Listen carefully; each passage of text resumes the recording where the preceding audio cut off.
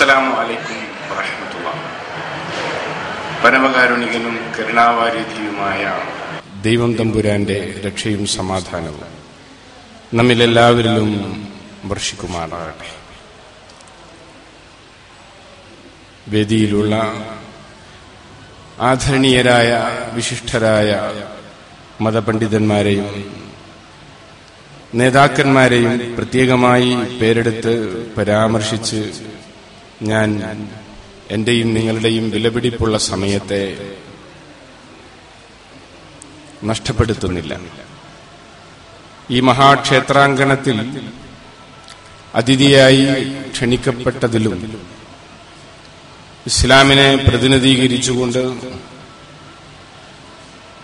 അല്പനേരം സംസാരിക്കാൻ അവസരം ലഭിച്ചതിലും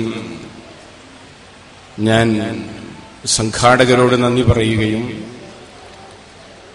സർവശക്തനായ ദൈവത്തെ സ്തുതിക്കുകയും ചെയ്യുകയാണ്.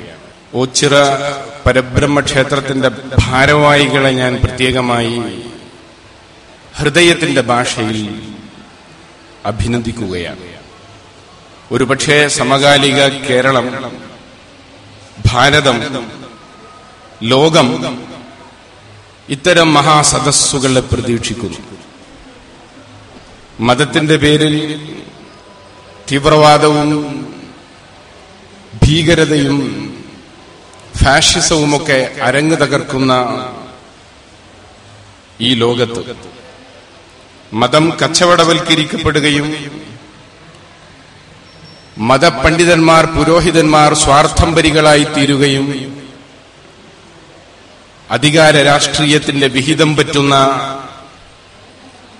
പുരോഹിത വർഗത്തിന്റെ അവിഹിതമായ ഇടപെടലുകളിലൂടെ രാജ്യത്ത് വർഗീയ കലാപങ്ങൾ സൃഷ്ടിക്കപ്പെടുകയും ചെയ്യുന്ന സാഹചര്യത്തിൽ മതത്തിന്റെ സ്നേഹവും ശാന്തിയും സമാധാനവും ചർച്ച ചെയ്യപ്പെടേണ്ടതുണ്ട്.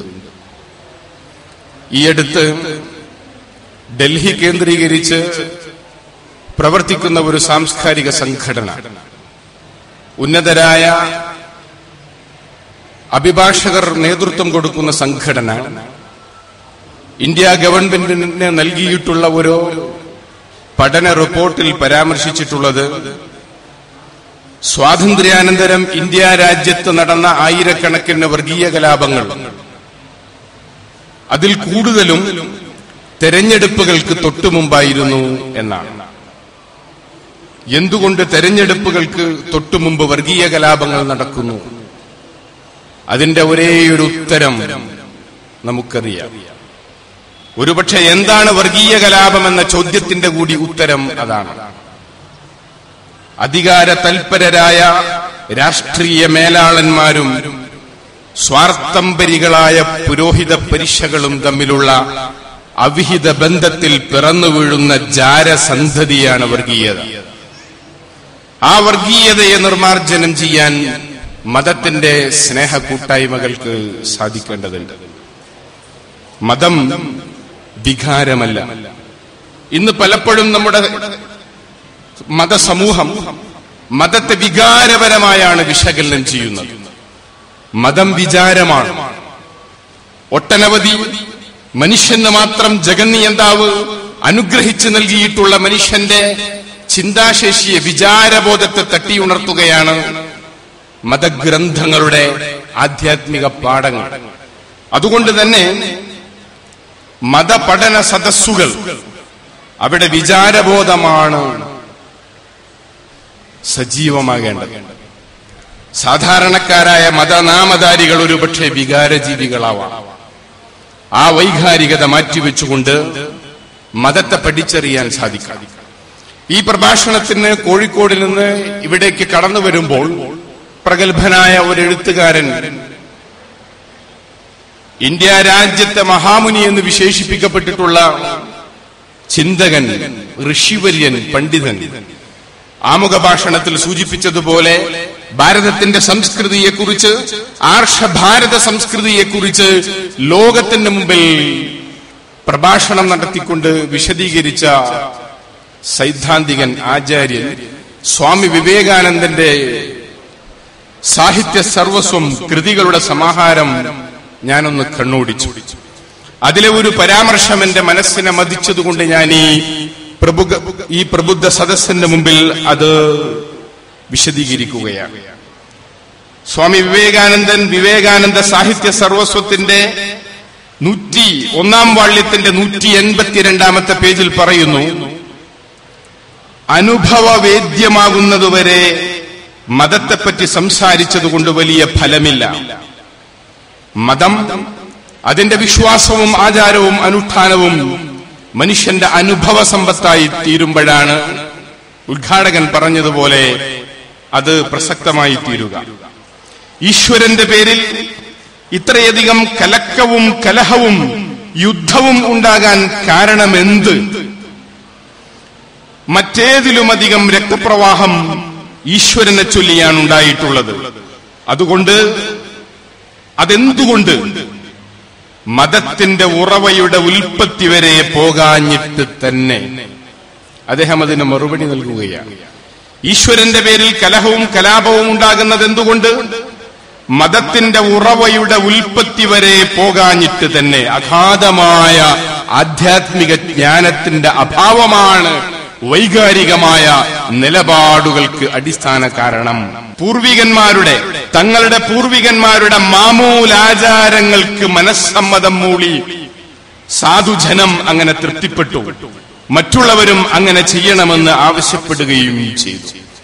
നാട്ടാചാരങ്ങളും പാരമ്പര്യമായി കാത്തുസൂക്ഷിക്കുന്ന അന്ധവിശ്വാസങ്ങളുമൊക്കെയായി മതം മാറി. മതത്തിന്റെ പ്രഭവത്തിലേക്ക് തിരിച്ചു പോകാൻ, വിശ്വാസത്തിന്റെ വിശുദ്ധിയിലേക്കും തെളിച്ചത്തിലേക്കും വെളിച്ചത്തിലേക്കും കടന്നു പോകാൻ നമുക്ക് സാധിക്കണം. അവിടെ ഈ ക്ഷേത്രത്തിന്റെ പേര് പരാമർശിക്കപ്പെട്ടതുപോലെ മഹത്തായ ഒരു ആധ്യാത്മിക ദർശനത്തെ കാണാൻ നമുക്ക് സാധിക്കും. പരബ്രഹ്മം, ഓംകാരം. ചിന്തിക്കണം പ്രിയപ്പെട്ടവരെ, ഓംകാരത്തിന് മലയാളത്തിലെ ബൃഹത്തായ ഭാഷാ നിഘണ്ടു ശബ്ദധാരാവലി നൽകിയിട്ടുള്ള അർത്ഥം പരബ്രഹ്മ സൂചകമായ പ്രണവമന്ത്രം എന്നാണ്. സാക്ഷാൽ പ്രപഞ്ചനാഥൻ. നേരത്തെ സൂചിപ്പിച്ചതുപോലെ ശിവനല്ല പരബ്രഹ്മം. ത്രിമൂർത്തി സങ്കല്പമൊക്കെ പിൽക്കാലഘട്ടത്തിലെ ഇതിഹാസപരമായ സ്മൃതി ഗ്രന്ഥങ്ങളുടെ പൗരാണിക പാഠങ്ങളാണ്. ത്രിമൂർത്തി സങ്കല്പങ്ങൾക്കും ഉപരിയായ ചിന്തയാണ് പരബ്രഹ്മം എന്നതിന്റെ വിവക്ഷ. തമീശ്വരാണാം പരമം മഹേശ്വരം, താം ദേവതാനാം പരമം ച ദൈവതം, പദീനാം പരമം പരസ്ഥാത്, വിധാമ ദേവം ഭുവനേശമീഠ്യം. എല്ലാ ഈശ്വരന്മാരുടെയും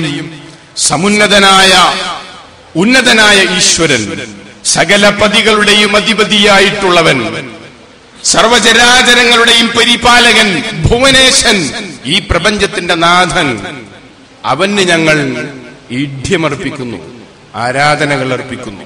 ആ ഈശ്വരനിലേക്കുള്ള തിരിച്ചുപോക്കാണ് വേദഗ്രന്ഥങ്ങളുടെ സമന്വിത സന്ദേശം. ഇതൊരു മഹാസത്യമാണ്. ആ ഈശ്വരൻ ഹിന്ദുവിന്റെ മാത്രം ദൈവമല്ല, ക്രിസ്ത്യാനിയുടെ മാത്രം ദൈവമല്ല, മുസ്ലിങ്ങളുടെയോ ബൗദ്ധരുടെയോ ജൈനരുടെയോ മാത്രം ദൈവമല്ല. ഈ മഹാപ്രപഞ്ചത്തിന്റെ സത്താവും സംരക്ഷകനുമായ ദൈവമാണ്. ആ ദൈവത്തെക്കുറിച്ചാണ് മുനിമാരും ഋഷിമാരും പ്രവാചകന്മാരും പറഞ്ഞതും പഠിപ്പിച്ചതും. അവരാരും തന്നെ, പ്രിയപ്പെട്ടവരെ ചിന്തിക്കുക, അവരാരും തന്നെ, ഒരു മുനിയും ഋഷിയും പ്രവാചകനും തങ്ങളെ ആരാധിക്കാൻ പറഞ്ഞിട്ടില്ല, പഠിപ്പിച്ചിട്ടില്ല. തങ്ങളെ വിളിച്ച് പ്രാർത്ഥിക്കാൻ. എന്താണ് പ്രാർത്ഥന? നേർച്ച വഴിപാടുകൾ. മനുഷ്യന്റെ അകത്തളങ്ങളിലെ നിസ്സഹായതയുടെ നിലവിളിയാണ് പ്രാർത്ഥന. ആ ശരണം വിളി ആർക്കാണ് അർപ്പിക്കേണ്ടത് എന്ന് വേദഗ്രന്ഥങ്ങൾ അടിവരയിട്ട് ഓർമ്മപ്പെടുത്തുന്നു. ഭാരതീയ വേദഗ്രന്ഥങ്ങളുടെ ശ്ലോക സമാഹാരത്തിൽ ഏറ്റവും മഹോന്നതമായി അറിയപ്പെടുന്നത് മഹാനിർവാണ സ്തോത്രമാണ്. മഹാനിർവാണ സ്തോത്രം ഏറ്റവും മഹോന്നതമായ. നിർവാണമെന്നാൽ മോക്ഷം, സ്തോത്രമെന്നാൽ സ്തുതിഗീതം, പ്രാർത്ഥനാ മന്ത്രം. ഓം നമസ്തേ സദേ സർവലോകാശ്രയായ, നമസ്തേ ചിതേ വിശ്വരൂപാത്മകായ, നമോദ്വൈത തത്വായ മുക്തിപ്രദായ, നമോ ബ്രഹ്മണേ വ്യാപിനേ നിർഗുണായ ത്വമേകം ശരണ്യം ത്വമേകം വരേണ്യം ത്വമേകം ജഗത് കാരണം വിശ്വരൂപം ത്വമേകം ജഗത് കർത്തൃ പാതൃ പ്രഹർത്തൃ ത്വമേകം പരം നിശ്ചലം നിർവികൽപം തദേകം സ്മരാമസ്തദേകം ജപാമ തദേകം ജഗത് സാക്ഷി രൂപം നമാമഃ. ഓം നമസ്തേ സദേ സർവലോകാശ്രയായ, സർവലോകങ്ങൾക്കും ആശ്രയം നൽകുന്നവനായ ആ ഓംകാര ശക്തിക്ക്, പരബ്രഹ്മത്തിന്, ഏകനായ പടച്ചതമ്പുരാന്, അല്ലാഹു സുബ്ഹാനഹു തആലക്ക്, യഹോവയ്ക്ക് ഞാൻ എന്റെ പ്രണാമവും പ്രാർത്ഥനകളും അർപ്പിക്കുന്നു. ത്വമേകം ശരണ്യം, അവനോട് മാത്രം ഞാൻ, അവൻ ഏകനാണ്, അവനോട് മാത്രം ഞാൻ ശരണം തേടുന്നു. ത്വമേകം ജഗത് കർത്തൃ പാതൃ പ്രഹർത്തൃ, ആ ഏകനാണ് സൃഷ്ടി സ്ഥിതി സംഹാരകൻ. സൃഷ്ടിക്കാൻ ഒരു ദൈവം, സംഹരിക്കാൻ വേറൊരു ദൈവം, സ്ഥിതി നിയന്ത്രിക്കാൻ മറ്റൊരു ദൈവം. അതൊക്കെ മനുഷ്യ നിർമ്മിത, പുരോഹിത നിർമ്മിത വികല വൃക്ഷാഗതികളാണ്. ത്വമേകം ജഗത് കർത്തൃ പാതൃ പ്രഹർത്തൃ തദേകം സ്മരാമസ്തദേകം ജപാമ, ആ ഏകന്റെ മാത്രം ഞങ്ങൾ സ്മരിക്കുന്നു, ആ ഏകന്റെ നാമം ഞങ്ങൾ ജപിക്കുന്നു. തദേകം ജഗത് സാക്ഷി രൂപം നമാമഃ, ആ ഏകന് മുമ്പിൽ മാത്രം ഞങ്ങൾ നമസ്കരിക്കുന്നു. ഈ നിഷ്കളങ്കമായ ഏകദൈവ ആരാധന, അറബിയിൽ തൗഹീദ് എന്ന് പറയും.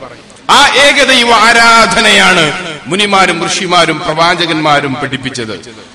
യേശുക്രിസ്തുവിന്റെ ആധ്യാത്മിക പാഠത്തിലേക്ക് കടന്നു വന്നാൽ, ആദരണീയനായ എന്റെ സുഹൃത്തും അഭിവന്ദ്യ പുരോഹിതനുമായ ക്രൈസ്തവ പണ്ഡിതൻ ഇവിടെയുണ്ട്. മലയുടെ താഴ്വരയിൽ ദൈവത്തിന്റെ സുവിശേഷം പ്രസംഗിച്ചുകൊണ്ടിരിക്കുകയാണ് യേശുക്രിസ്തു. മലയുടെ താഴ്വരയിൽ ദൈവത്തിന്റെ സുവിശേഷം. ആ സന്ദർഭത്തിൽ പരീശന്മാർ, ശാസ്ത്രിമാർ, വേദമെഴുത്തുകാർ കടന്നു വന്നു. അദ്ദേഹത്തോട് ചോദിച്ചു, എന്താണ് മുഖ്യ ഉപദേശമെന്ന്. സുന്ദരമായ, അർത്ഥപൂർണമായ, ക്രിസ്തുവിന്റെ ആധ്യാത്മികമായ അറിവിനെ അളക്കുന്ന ചോദ്യമാണത്. വേദമെഴുത്തുകാരായ ശാസ്ത്രിമാരുടെ ചോദ്യം എന്താണ്? ഫസ്റ്റ് കമാൻഡ്, മുഖ്യ ഉപദേശം. ക്രിസ്തു നൽകിയ മറുപടി, നൂറ്റാണ്ടുകൾക്ക്, സഹസ്രാബ്ദങ്ങൾക്ക് മുമ്പ്, യുഗാബ്ദങ്ങൾക്ക് മുമ്പ് 10 കൽപ്പനകളുമായി ഇസ്രായേൽ ജനത്തിലേക്ക് കടന്നു വന്ന മഹാപ്രവാചകൻ മോസസിന് നൽകപ്പെട്ട ഒന്നാമത്തെ കൽപ്പന തന്നെയാണ്. നിലവിലുള്ള ബൈബിളിന്റെ പഴയ ഗ്രന്ഥങ്ങൾ, പെന്റാറ്റുക്, പഞ്ചഗ്രന്ഥികൾ, ഉൽപ്പത്തി, പുറപ്പാട്, ലേവ്യ, സംഖ്യ, ആവർത്തനം, രണ്ടാം പുസ്തകമായ പുറപ്പാട് പുസ്തകത്തിന്റെ 20-ാം അധ്യായത്തിന്റെ 1 മുതൽ തുടങ്ങിയ വചനത്തിലും, ആവർത്തനം പുസ്തകത്തിന്റെ 5-ാം അധ്യായത്തിന്റെ 6 മുതൽ തുടങ്ങിയ വചനത്തിലും പഠിപ്പിച്ച പാഠം, എല്ലാറ്റിലും മുഖ്യ കൽപ്പനയോ ഇസ്രായേലേ കേൾക്ക, നമ്മുടെ കർത്താവായ ദൈവം അവൻ ഏകനാകുന്നു. ആ ഏകനായ ദൈവത്തെ പൂർണ്ണ മനസ്സോടെ, പൂർണ്ണ ഹൃദയത്തോടെ, പൂർണ്ണ ശക്തിയോടെ, പൂർണ്ണ ആത്മാർത്ഥതയോടെ സ്നേഹിക്കണം, ആരാധിക്കണം. അതാണ് മാനവകുലത്തിന്റെ മോക്ഷത്തിന്റെ മാർഗം, ഐക്യത്തിന്റെ മാർഗം, സമാധാനത്തിന്റെ മാർഗം. യേശുക്രിസ്തു പഠിപ്പിച്ച, മോശെ പ്രവാചകൻ പഠിപ്പിച്ച, കൃഷ്ണനും ഭാരതത്തിലെ ആധ്യാത്മിക ഗുരുക്കന്മാരും പഠിപ്പിച്ച ഈ ഈശ്വരാരാധന, അത് ആവർത്തിക്കുകയായിരുന്നു 14 നൂറ്റാണ്ടുകൾക്ക് മുമ്പ്. മാനവതക്ക് മാർഗദർശനത്തിന്റെ മഹാവെളിച്ചവുമായി കടന്നു വന്ന മുഹമ്മദ് നബി തിരുമേനി സ്വല്ലല്ലാഹു അലൈഹി വസല്ലമയും വേദഗ്രന്ഥങ്ങളുടെ അവസാനത്തെ പതിപ്പായ വിശുദ്ധ ഖുർആൻ 112-ാം അധ്യായത്തിന്റെ 1 മുതൽ 4 വരെയുള്ള വചനം ദൈവത്തെ പരിചയപ്പെടുത്തുന്നു. ഖുൽ ഹുവല്ലാഹു അഹദ്, പറയുക പ്രവാചകരെ, ദൈവം ഏകനാകുന്നു. ദൈവം അവൻ ഏകനാകുന്നു. ഹിന്ദുക്കൾക്ക് കുറെ ദൈവം, ക്രിസ്ത്യാനികൾക്ക് 3 ദൈവം, മുസ്ലിങ്ങളുടെ ദൈവം വേറെ, ബൗദ്ധരുടെയും ജൈനരുടെയും ദൈവം വേറെ. അങ്ങനെ ദൈവം തമ്പുരാന്, ഈ പ്രപഞ്ച ശക്തിയെ, ഈ പരബ്രഹ്മത്തെ, അള്ളാഹുവിനെ, യഹോവയെ നിങ്ങൾ വർഗീയമായി കമ്പാർട്ട്മെന്റുകളിലേക്ക് പകുത്തെടുക്കേണ്ടതില്ല. അതുവഴി നിങ്ങൾ വർഗീയതയുടെ ചോരച്ചാലുകൾ തീർക്കേണ്ടതുമില്ല. ദൈവം ഈശ്വരൻ ഏകനാകുന്നു. അല്ലാഹു സമദ്, അവൻ സർവാധിനാഥനാകുന്നു. ഓം നമസ്തേ സദേ സർവ ലോകാശ്രയായ, അവൻ സർവാധിനാഥനാകുന്നു. ലം യലിദ് വലം യൂലദ്, ദൈവം ജനിച്ചിട്ടില്ല. അവന് പിതാവോ പുത്രനോ പുത്രിയോ എന്ന അവസ്ഥയില്ല. ഈശ്വരൻ 1400 വർഷം മുമ്പ് അറേബ്യയിൽ ജനിച്ചുവെങ്കിൽ ഈശ്വരന് 1400 വർഷങ്ങൾക്ക് മുമ്പ് ലോകമുണ്ട്, പ്രപഞ്ചമുണ്ട്, മനുഷ്യരുണ്ട്. 1400 വർഷം മുമ്പ് അറേബ്യയിൽ ജനിച്ച ആ വ്യക്തിയെ അവർക്കറിയില്ല. 2000 വർഷം മുമ്പ് ഇസ്രയേലിൽ ദൈവം ജനിച്ചുവെങ്കിൽ അതിനു മുമ്പ് ലോകമുണ്ട്, അവർക്ക് അദ്ദേഹത്തെ അറിയില്ല. ഭാരതീയ പുരാണപ്രകാരം 5 ഘട്ടങ്ങളാണ് ലോകത്തിന്: കൃതം, ത്രേതം, ദ്വാപരം, കലി, കൽപ്പം. കൃതയുഗം സൃഷ്ടിപ്പിന്റെ യുഗമാണ്, ത്രേതായുഗം രാമയുഗമാണ്, ദ്വാപരം കൃഷ്ണയുഗമാണ്, കലിയുഗം നാം ജീവിക്കുന്ന കലികാലമാണ്, കൽപ്പകാലം ലോകാവസാനമാണ്, പ്രളയമാണ്, ഖിയാമത്ത് നാളാണ്. ഈ 5 ഘട്ടങ്ങളിലൂടെ കടന്നുപോകുന്ന മനുഷ്യ പരമ്പരകൾക്ക് ഈ മുനിമാരെ, പല ഋഷിമാരെയും അറിയില്ല. അതുകൊണ്ട് ജനിമൃതുകളും പരിമിതികളുമുള്ളവരല്ല ദൈവം. ഞാനും നിങ്ങളും നെഞ്ചിലേറ്റേണ്ട ദൈവം എന്നെയും നിങ്ങളെയും സൃഷ്ടിച്ച ദൈവമാണ്. ആ ദൈവത്തിന്റെ വർഗീയതയില്ല പ്രിയമുള്ളവരെ. നമുക്കാണ്, നമ്മുടെ വികല ചിന്തകൾക്കാണ്, നമ്മുടെ അറിവില്ലായ്മകൾക്കാണ് വർഗീയത. പറഞ്ഞുവല്ലോ, മതം, വൈദിക ഗ്രന്ഥങ്ങളുടെ ആധ്യാത്മിക പാഠങ്ങൾ അത് മനുഷ്യന്റെ വിചാരബോധത്തെ പ്രബുദ്ധമാക്കുന്നു. അവിടെ വർഗീയത കാണാൻ കഴിയില്ല. എല്ലാവർക്കും വേണ്ടി വായുവും വെള്ളവും വെളിച്ചവും എല്ലാ അനുഗ്രഹങ്ങളും സംവിധാനിച്ച പടച്ചതമ്പുരാൻ മനുഷ്യരോട് വർഗീയത കാണിക്കുന്നില്ല. വർഗീയത കാണിച്ചിരുന്നുവെങ്കിൽ നിരീശ്വരവാദിക്ക് ദൈവം മഴ പെയ്യിപ്പിച്ചു കൊടുക്കുമായിരുന്നില്ല. കൊടുക്കുമോ? ഇല്ല. പക്ഷെ ദൈവത്തിന്റെ വർഗീയതയില്ല. ദൈവം സ്നേഹസ്വരൂപനാണ്, പ്രപഞ്ചത്തിന്റെ പരിപാലകനാണ്. നാം ആ ദൈവത്തെ വികലമായി വികൽപ്പിച്ചതുകൊണ്ട് നമുക്കിടയിൽ ഛിദ്രതയും ഭിന്നതയും ഉണ്ടായി. ഐക്യത്തിന്റെ, സമാധാനത്തിന്റെ, മോക്ഷത്തിന്റെ പാതയിലേക്ക് തിരിച്ചുവരാൻ പ്രിയപ്പെട്ടവരെ, ഇത്തരം സർവമത മഹാസമ്മേളനങ്ങളിലെ ചർച്ചകൾ കൊണ്ട് നമുക്ക് സാധിക്കേണ്ടതുണ്ട്. ഇസ്ലാം, വിശുദ്ധ ഖുർആൻ ഈ മൗലികമായ തത്വങ്ങളിലേക്ക് വിരൽ ചൂണ്ടുന്നു. ഒരിക്കലും പ്രിയപ്പെട്ടവരെ നിങ്ങൾ ഖുർആനിനെ തീവ്രവാദത്തിന്റെയും ഭീകരതയുടെയും പേരിൽ തെറ്റിദ്ധരിക്കരുത്. തീവ്രവാദവും ഭീകരതയും അനീതിയാണ്, അതിക്രമമാണ്. ഖുർആൻ 5-ാം അധ്യായത്തിന്റെ 8-ാമത്തെ വചനത്തിൽ പറയുന്നു, വലാ യജ്രിമന്നകും ശനാനു ഖൗമിൻ അലാ അല്ലാ തഅദിലു യഅദിലു ഹുവ അഖറബു ലിത്തഖ്വ. ഒരു ജനതയോട് നിങ്ങൾക്കുണ്ടായേക്കാവുന്ന വിരോധം അവരോട് അനീതി കാണിക്കാൻ നിങ്ങൾക്ക് പ്രേരണയായി തീരരുത്. ആരോടും അനീതി പ്രവർത്തിക്കരുത്. വർഗീയവാദം, തീവ്രവാദം, ഭീകരത അത് അനീതിയാണ്. കൊല്ലപ്പെട്ടത് ഹിന്ദുവല്ലേ, കൊല്ലപ്പെട്ടത് മുസ്ലിമല്ലേ, കൊല്ലപ്പെട്ടത് ക്രിസ്ത്യാനിയല്ലേ, തിരിച്ചടിക്കണം എന്ന തീവ്രവാദം, വർഗീയവാദം. നിരപരാധികളായ അനേക ലക്ഷം മനുഷ്യരുടെ ജീവൻ ഹോമിക്കപ്പെട്ടത് ഈ വർഗീയതയുടെ ബലിക്കല്ലിലാണ്. മതത്തിന്റെ അന്തർധാരയിൽ വർഗീയതയില്ല, മനുഷ്യ സ്നേഹമാണ്. ഖുർആൻ 49-ാം അധ്യായത്തിന്റെ 13-ാമത്തെ വചനത്തിൽ പറയുന്നു, യാ അയ്യുഹന്നാസ്, അല്ലയോ മനുഷ്യവർഗമേ, ഇന്നാ ഖലഖനാകും മിൻ ദക്കരിൻ വ ഉൻസ, നിങ്ങളെ ഒരാണിൽ നിന്നും ഒരു പെണ്ണിൽ നിന്നുമാണ് നാം സൃഷ്ടിച്ചിട്ടുള്ളത്. ആദാമിന്റെയും ഹവ്വായുടെയും മക്കൾ. ബൈബിളിന്റെ പാഠം തന്നെയാണ്. ബാന്ധവ മാനവ സർവേ സ്വദേശോ ഭുവനത്രയം, മനുഷ്യരൊക്കെ ബന്ധുക്കളാണെന്ന് ഭാരതത്തിലെ വേദോപനിഷത്തുകളും പഠിപ്പിക്കുന്നു. ഈ ബന്ധുത്വമാണ് നമ്മൾ മറന്നത്. ഈ ഏകമാനവികതാ ബോധമാണ് നമുക്ക് നഷ്ടപ്പെട്ടു പോയത്. അത് തിരിച്ചു പിടിക്കാൻ വിശ്വാസത്തിന്റെ വഴി കൊണ്ട് മാത്രമേ സാധിക്കൂ. വ്യക്തിപൂജ, വീരാരാധന, സൃഷ്ടിപൂജ എല്ലാം മനുഷ്യരിൽ കടന്നുകൂടിയ അന്ധവിശ്വാസങ്ങളാണ്. സത്യവിശ്വാസത്തിന്റെ തെളിച്ചത്തിലേക്ക്, വേദഗ്രന്ഥങ്ങളുടെ മൗലികതയിലേക്ക്, സ്വാമി വിവേകാനന്ദന്റെ വാക്കുകളിൽ പറഞ്ഞാൽ ആ ഉറവ വറ്റാത്ത ഊർജ സ്രോതസ്സിലേക്ക്, അടിസ്ഥാന വസ്തുതകളിലേക്ക് തിരിച്ചുവരാൻ നമുക്ക് സാധിക്കണം. മതം അവിടെ യാഥാർത്ഥ്യമായി തീരുന്നു. ഈ ജീവിതം ഇവിടെ അവസാനിക്കുന്നില്ല. മരണാനന്തരം മോക്ഷത്തിന്റെ ലോകമുണ്ട്, സ്വർഗമുണ്ട്, നരകമുണ്ട്. വേദഗ്രന്ഥങ്ങളെല്ലാം അടിവരയിട്ട് ആ ലോകത്തെക്കുറിച്ച് പറയുന്നു. ഞാൻ എന്റെ ഹൃദയത്തിന്റെ ഭാഷയിൽ നിങ്ങളോട് ചോദിക്കുകയാണ്, ഈ സ്റ്റേജിലും ഈ സദസ്സിലുമുള്ള എന്റെ പ്രിയപ്പെട്ട സഹോദരീ സഹോദരന്മാർക്ക് എത്ര പേർക്ക് മരണാനന്തരം മോക്ഷമെന്ന കാഴ്ചപ്പാടുണ്ട്? ജീവിതത്തിൽ പുണ്യം ചെയ്ത് ഏകദൈവാരാധകനായി സത്യവിശ്വാസിയും സൽക്കർമ്മിയുമായി മോക്ഷം കിട്ടണമെന്ന മനസ്സുണ്ട്. മരണാനന്തരം ഒരു ജീവിതത്തെക്കുറിച്ചുള്ള ചിന്തയുണ്ടോ? ഉണ്ടാകണം. വേദഗ്രന്ഥങ്ങൾ പറയുന്നു, സ്വർഗേ ലോകേ ന ഭയം കിഞ്ചനാസ്തി ന തത്രത്വം ന ജരയാ വിവേദി. സ്വർഗലോകത്ത് ഭയമില്ല, ന ജര, വാർദ്ധക്യമില്ല. അവിടെയാണ് ശാശ്വത സന്തോഷവും സുഖാനുഭൂതിയും സമാധാനവുമുള്ളത്. അനേക ചിത്ത വിഭ്രാന്ത മോഹജാല സമാവ്രതാഹ പ്രസക്ത കാമഭോഗേഷു പതന്തി നരകേ യശുജൗ. നാനാ വിചാരങ്ങളാൽ വിഭ്രാന്തരായവർ, ദുർമോഹങ്ങളാൽ വിഷയാസക്തരായവർ നരകലോകത്തിൽ ആപതിക്കുമെന്ന് ഗീതയുടെ 16-ാം അധ്യായം ദൈവാസുര സമ്പദ് വിഭാഗ യോഗ 16-ാമത്തെ വചനം പഠിപ്പിക്കുന്നു. ആ പരലോകം, നരക സ്വർഗങ്ങൾ സത്യമാണ്. ആ സത്യത്തെ അടിവരയിട്ട് വിരൽ ചൂണ്ടുകയായിരുന്നു മഹാമനീഷി യേശുക്രിസ്തു, ഈസാ നബി അലൈഹി സ്വലാത്തു വസ്സലാം.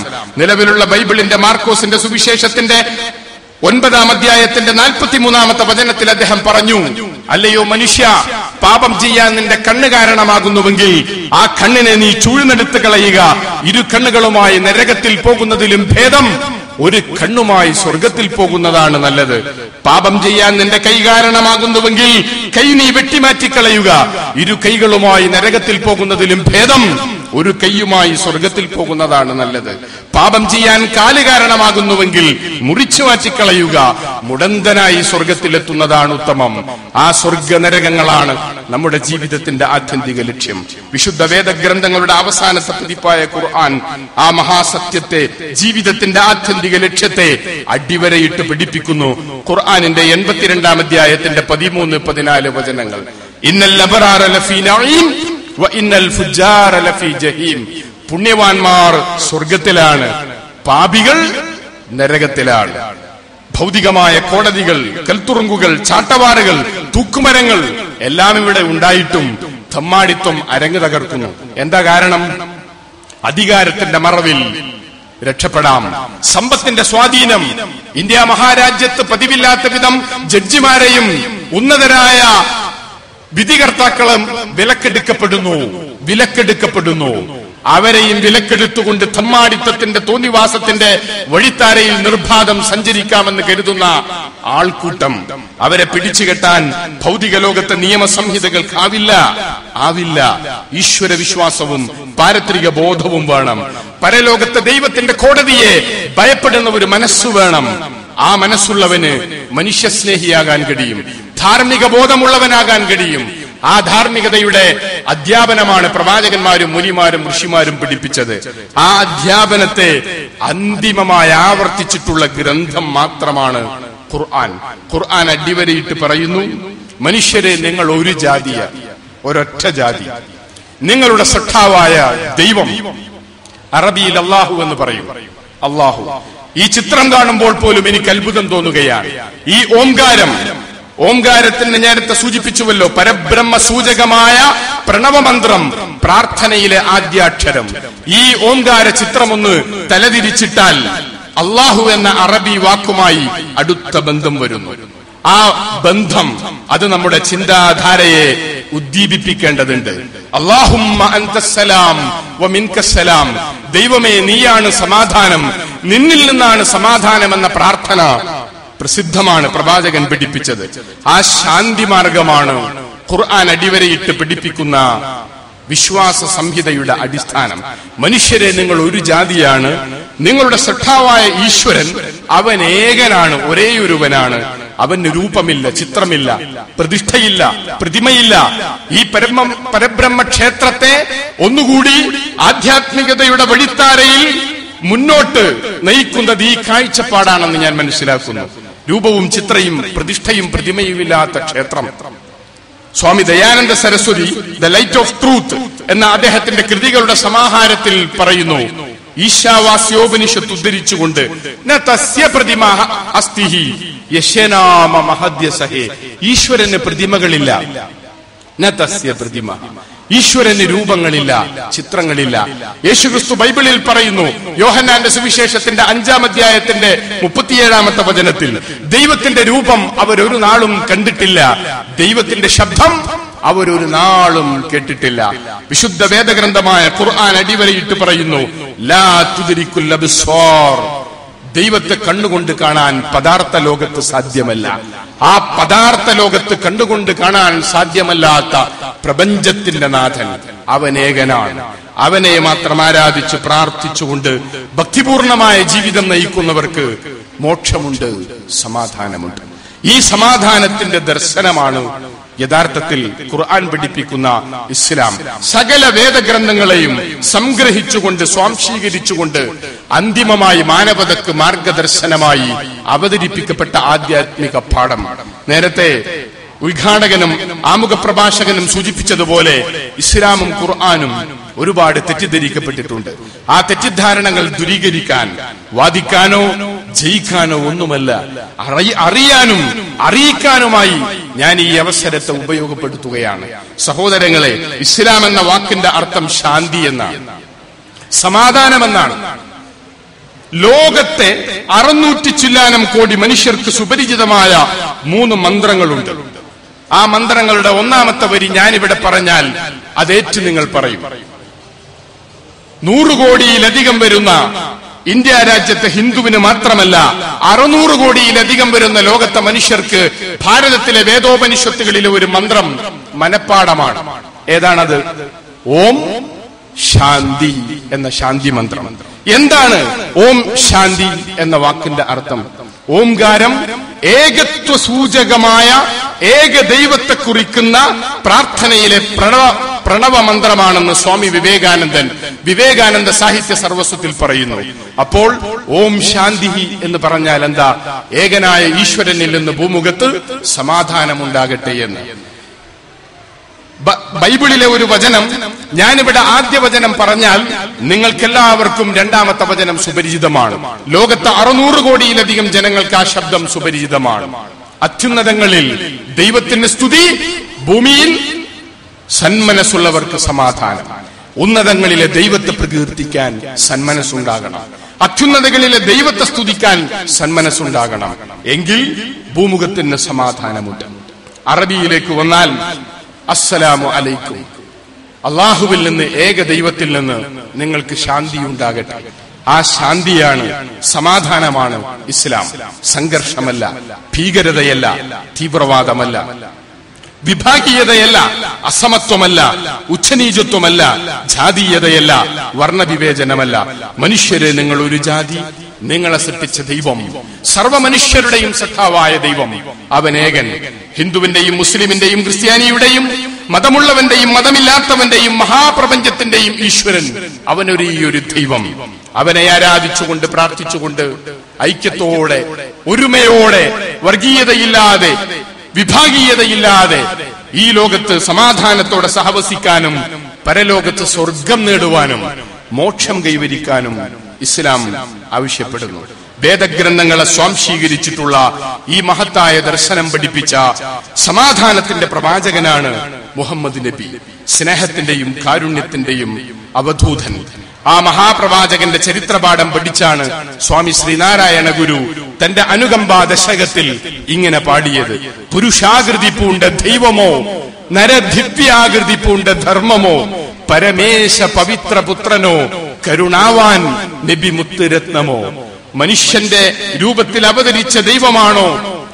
മനുഷ്യനും ദൈവവും ധർമ്മവും മാനവതയുടെ രൂപത്തിൽ അവതരിപ്പിച്ചതാണോ, അവതരിക്കപ്പെട്ടതാണോ? കാരുണ്യത്തിന്റെ കരകാണാ കടലായ മുഹമ്മദ് നബി എന്ന് ശ്രീനാരായണ ഗുരു പാടിയ ആ മഹാമനീഷി സ്നേഹത്തിന്റെ പ്രവാചകനാണ്, ഐക്യത്തിന്റെ പ്രവാചകനാണ്, തീവ്രവാദത്തെയും ഭീകരതയും എതിർത്ത പ്രവാചകൻ. ഹലക്കൽ മുത്തനത്തിഊൻ, തീവ്രവാദികൾക്ക് നാശം, തീവ്രവാദികൾക്ക് നാശമെന്ന് പ്രവാചകൻ 3 തവണ തന്റെ അനുയായികളെ പഠിപ്പിച്ചു. മറ്റൊരിക്കൽ തന്റെ സദസ്സിൽ വെച്ച് പ്രവാചകൻ പറഞ്ഞു: ലൈസ മിന്നാ മൻ ദആ ഇലാ അസബിയ, വർഗീയതയിലേക്ക് ആളുകളെ ക്ഷണിക്കുന്നവൻ എന്നിൽപ്പെട്ടവനല്ല, വർഗീയതയ്ക്ക് വേണ്ടി പോരാടുന്നവൻ എന്നിൽപ്പെട്ടവനല്ല, വർഗീയതയ്ക്ക് വേണ്ടി മരിച്ചു വീഴുന്നവനും എന്നിൽപ്പെട്ടവനല്ല. വർഗീയതയുടെ മാർഗത്തിൽ ആരെങ്കിലും കൂട്ടായ്മ ചേരുകയും പോരാടുകയും മരിച്ചു വീടുകയും ചെയ്യുന്നുവെങ്കിൽ സമാധാനത്തിന്റെ ദൈവത്തിന്റെ മതമായ ഇസ്ലാമിന് പുറത്താണ് അക്കൂട്ടർക്കുള്ള സ്ഥാനമെന്ന് പഠിപ്പിച്ച സമാധാനത്തിന്റെ പ്രവാചകനാണ് മുഹമ്മദ് നബി തിരുമേനി. ആ മഹാഗുരുവിന് ദൈവം തമ്പുരാൻ അവതരിപ്പിച്ച വേദഗ്രന്ഥമാണ് ഖുർആൻ. ഖുർആനിന്റെ ഈ സ്നേഹ സന്ദേശം അത് വർഗീയതയുടെ വേരുകളെറുക്കുന്നതാണ്. മനുഷ്യ മോക്ഷത്തിന്റെ മഹിത മന്ത്രമാണ്. ആ ദൈവീക സത്യത്തെക്കുറിച്ച് പഠിച്ചറിയാനും വേദഗ്രന്ഥങ്ങളുടെ ഈ ആദർശ സമന്വയത്തെക്കുറിച്ച് അടുത്തറിയാനും ഇത്തരം മത ചർച്ചകൾ കൊണ്ട് നമുക്ക് സാധിക്കണം. പ്രത്യക്ഷത്തിലെ പൊതുസമൂഹത്തിന്റെ കാഴ്ചപ്പാട് വ്യത്യസ്തമാണ്. ക്രൈസ്തവർ 3 ത്രിദൈവ വിശ്വാസം, പിതാവായ ദൈവം, പുത്രനായ ദൈവം, പരിശുദ്ധാത്മാവായ ദൈവം. ഹൈന്ദവർക്ക് 33 കോടി ദൈവസങ്കല്പം. നാം കാണുന്ന മുസ്ലിങ്ങൾ ദർഗകളും മക്കാമുകളും ശവകുടീരങ്ങളും പ്രാർത്ഥനാമൂർത്തികളുമായി കഴിയുന്നു. സാധാരണ ജനത്തിന്റെ വിശ്വാസം അങ്ങനെയൊക്കെയാണ്. പക്ഷേ വേദഗ്രന്ഥങ്ങളുടെ മൗലിക പാഠം അതിലും ഉന്നതമാണ്. ഒരു ജാതി, ഒരു ദൈവം, ഒരു ജാതി. മാനവതയൊന്നാണ്. അവരെ സൃഷ്ടിച്ച ഈശ്വരൻ ഏകനാണ്. അവനെ മാത്രം ആരാധിക്കുക. അത് മോക്ഷത്തിന്റെ, ഐക്യത്തിന്റെ, സമാധാനത്തിന്റെ മാർഗമാണ്. ഈ സ്നേഹ സന്ദേശമാണ് സഹോദരങ്ങളെ ഇസ്ലാമും ഖുർആനും പ്രതിനിധാനം ചെയ്യുന്നത്. നിങ്ങൾ പഠിക്കുക. ഈ സർവമത സമ്മേളനത്തിന്റെ മഹാവെളിച്ചത്തിൽ നിന്ന് നിങ്ങളുടെ മതതാരതമ്യ പഠനത്തിലൂടെ യഥാർത്ഥ വിശ്വാസത്തിന്റെ തെളിച്ചത്തിലേക്ക് കടന്നു വന്നാൽ നമുക്ക് പ്രഖ്യാപിക്കാൻ സാധിക്കും, അഷ്ഹദു അല്ലാ ഇലാഹ ഇല്ലല്ലാഹ്, ദൈവമേ ഞാനിതാ സാക്ഷ്യം വഹിക്കുന്നു, ഏക ദൈവം മാത്രമാണ്, ഒരേയൊരു സൃഷ്ടാവ് മാത്രമാണ് ആരാധനക്കർഹനെന്ന മഹാസത്യം. ആ സത്യം എന്റെ സ്നേഹ സുഹൃത്തുക്കൾക്ക് മുമ്പിലും പണ്ഡിതന്മാർക്ക്, മഹാചിന്തകന്മാർക്ക്, മതരാഷ്ട്രീയ സാംസ്കാരിക നേതാക്കന്മാർക്ക് മുമ്പിലും സ്നേഹത്തിന്റെ, വിനയത്തിന്റെ, ഗുണകാംക്ഷയുടെ ഭാഗമായി സമർപ്പിച്ചുകൊണ്ട് ഈ മഹാസദസ്, 10,000 ഒരുമിച്ച് ചേർന്നിട്ടുള്ള ഈ സദസ്സിന് ആ സഖാവിനെ തന്നെ സാക്ഷ്യപ്പെടുത്തിക്കൊണ്ട് ഞാൻ എന്റെ ഈ സ്നേഹഭാഷണത്തിന് നിങ്ങളുടെ അനുമതിയോടുകൂടി വിരാമം കുറിക്കട്ടെ. ദൈവമേ നീ സാക്ഷിയാണ്. അല്ലാഹുമ്മ ഷ്ഹദ് വ ആഖിറു ദഅവാന അനിൽ ഹംദുലില്ലാഹി റബ്ബിൽ ആലമീൻ. ഒരിക്കൽ കൂടി ഇസ്ലാമിന്റെ സമാധാന ആശംസകൾ എല്ലാവർക്കും അർപ്പിക്കുന്നു. അസ്സലാമു അലൈക്കും വറഹ്മത്തുള്ളാഹി വബറകാതുഹു.